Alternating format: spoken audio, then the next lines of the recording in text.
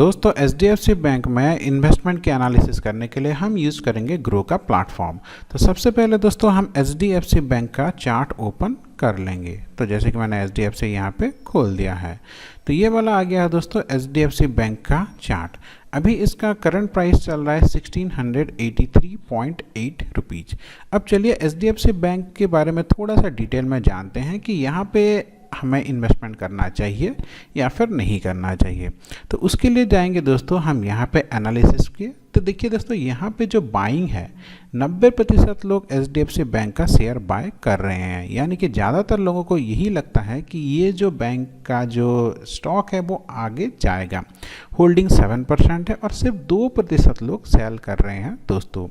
अब बात करें इसके मार्केट कैप की, तो यहाँ पे आप देख सकते हैं इसका जो मार्केट कैप है वो 12,80,000 करोड़ से भी ज़्यादा है, यानी कि लगभग 12,81,000 करोड़। ये कोई छोटा मोटा अमाउंट नहीं होता है दोस्तों। इसका जो पी रेशियो है दोस्तों ये 19.99 है, यानी कि लगभग 20 है, जो कि एक अच्छा पी रेशियो माना जाता है। अब इसका फेस वैल्यू 1 है दोस्तों, यानी कि ये अपनी कैटेगरी में सबसे बेस्ट बैंक माना जा सकता है। अब बात करें दोस्तों इसके रेवेन्यू की, तो हमें ये भी तो पता चलना चाहिए कि अगर हम यहाँ पे निवेश करते हैं तो आने वाले टाइम में हमें प्रॉफिट मिलेगा या नहीं। तो देखिए हमें चाहिए प्रॉफिट। तो देखिए हम यहाँ पे जैसे प्रॉफिट पे क्लिक करेंगे तो क्वार्टरली प्रॉफिट यहाँ पे देखिए मार्च 2023 में 12,634 करोड़ का, उसी तरह से जून, सितंबर, दिसंबर और अभी का मार्च का 2024। देखिए पिछले साल के मार्च में लगभग 12,600 करोड़ का प्रॉफिट हुआ था और इस साल के मार्च में यानी कि 2024 मार्च में 18,000 करोड़ का प्रॉफिट हुआ है, यानी कि प्रॉफिट तो बैंक हो रहा है।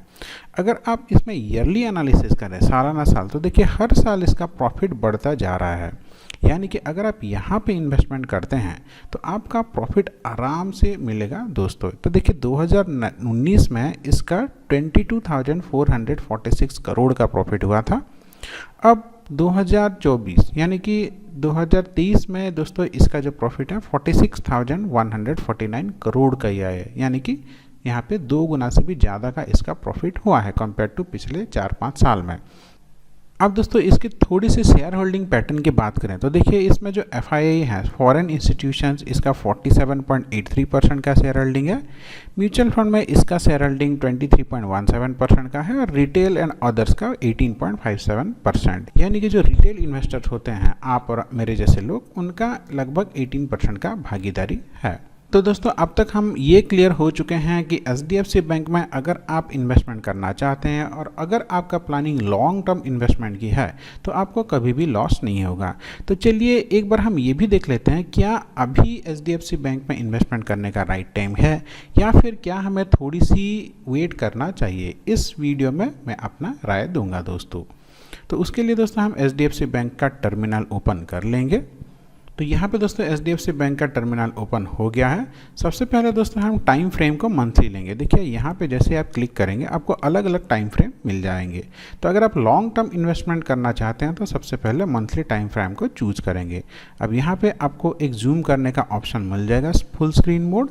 जैसे आप यहाँ पे क्लिक करेंगे ये वाला पूरा का पूरा फुल स्क्रीन ओपन हो जाएगा दोस्तों यहाँ पे अभी इसका करंट प्राइस है, यहाँ पे आप देख सकते हैं 1683.80 रुपीज़। अब यहाँ पे आपको आके एक चीज़ ज़रूर दिख रहा होगा दोस्तों, ये जो 1650 से 1750 का ये वाला जो जोन है ये एक रेजिस्टेंस जोन की तरह काम कर रहा है, यानी कि ये प्राइस जैसे ही लगभग 1750 के आसपास जाती है, 1750 वहाँ से गिर जाती है। देखिए यहाँ पे ये पहली बार गिरा, फिर यहाँ पे दूसरी बार गिरा, फिर यहाँ पे तीसरी बार गिरा, यहाँ पे चौथी बार, आप यहाँ पे 5th टाइम यहाँ पे जा रहा है दोस्तों, यानी कि ये अभी अपने रेजिस्टेंस जोन के आसपास है, यानी कि अगले 1-2 महीने में यहाँ पे ये गिरने के चांसेस हैं। ऐसा नहीं कि गिर जाएगा, मेरे हिसाब से गिरने के चांसेस हैं।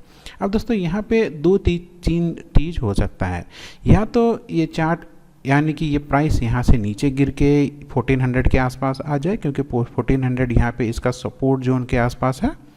तो यहाँ पे ये अपने रेजिस्टेंस जोन से नीचे गिर के लगभग 1500-1400 के आसपास आने के चांसेस हैं, या फिर यहाँ से ऊपर जाने के चांसेस है। अब दोस्तों हमें पता कैसे चले कि ये ऊपर जाएगा या नीचे जाएगा, वो हमें पता नहीं चल सकता है दोस्तों, बस आपको इसका वेट करना पड़ेगा। तो फिलहाल अभी के लिए तो आप HDFC बैंक में निवेश अगर करना चाहते हैं तो मेरे हिसाब से थोड़ा वेट कर लेना चाहिए, बाकी आपकी मर्जी है दोस्तों, आप अपने एडवाइजर से सलाह ले सकते हैं। अब दोस्तों बात ये आती है कि आखिर इसमें इन्वेस्टमेंट करने का सही टाइम क्या होना चाहिए।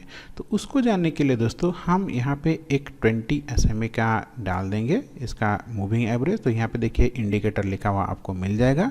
आप यहाँ पे जाएंगे, मूव टाइप करेंगे तो ये मूविंग एवरेज ये वाला आ जाएगा दोस्तों। तो जैसे आप मूविंग एवरेज टाइप करेंगे, देखिए यहाँ पे 9 SMA आ गया है। इसको मैं चेंज करके 20 कर दूंगा दोस्तों। अब 20 मैं क्यों कर रहा हूँ उसका भी एक रीज़न है, मैं आपको अभी बताता हूँ। तो इसको दोस्तों कलर को ब्लैक कर दूंगा क्योंकि थोड़ा सा अच्छे से नज़र में आ सके। उसके बाद दोस्तों हम इसको कर देंगे ओके। अब हमें फिर से फुल स्क्रीन कर देंगे दोस्तों। अब देखिए 20 मूविंग एवरेज का मतलब पिछले 20 महीने में जितना भी यहाँ पे खरीदी गई है या फिर चीज़ें बिकी गई हैं उसका एवरेज होता है। तो अगर हम इसके पास्ट परफॉर्मेंस की बात करें तो देखिए हमेशा जो प्राइस है लगभग हर टाइम ये 20 मूविंग एवरेज के ऊपर ही चल रहा है, यानी कि जब भी ये अपने 20 मूविंग एवरेज के आसपास आता है तब उसके बाद ये पूरा ऊपर जाता है। देखिए यहाँ से ये ऊपर जा रहा है, फिर यहाँ से ऊपर जा रहा है, यहाँ से ऊपर जा रहा है, इधर से ऊपर जा रहा है, फिर यहाँ से गया दोस्तों, यहाँ से गया दोस्तों।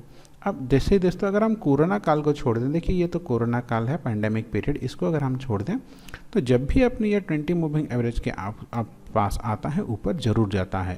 तो देखिए एक तो ये 20 मूविंग एवरेज अपने रेजिस्टेंस और सपोर्ट जोन के बीच में है।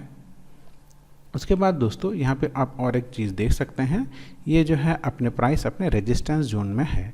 तो अगर मुझे यहाँ पे इन्वेस्टमेंट करना होगा तो मैं यहाँ पे थोड़ा सा ज़रूर वेट करूँगा, कम से कम तब तक वेट करूँगा जब तक प्राइस या तो अपने रेजिस्टेंस को तोड़ के ऊपर ना जाए, या फिर आपके सपोर्ट के पास ना आए, या फिर ये जो ब्लैक लाइन है 20 मूविंग एवरेज के आसपास ना आए।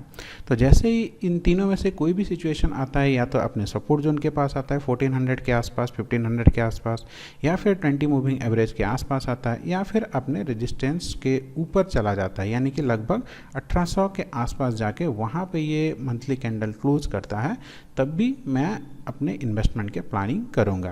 तो दोस्तों ये मेरा पर्सनल एक छोटा सा व्यू था। मैं यहाँ पे आपको गाइड नहीं कर रहा हूँ कि आपको इस तरह से करना चाहिए। ये वीडियो सिर्फ और सिर्फ एजुकेशनल पर्पज़ के लिए है और एंटरटेनमेंट पर्पज़ के लिए है।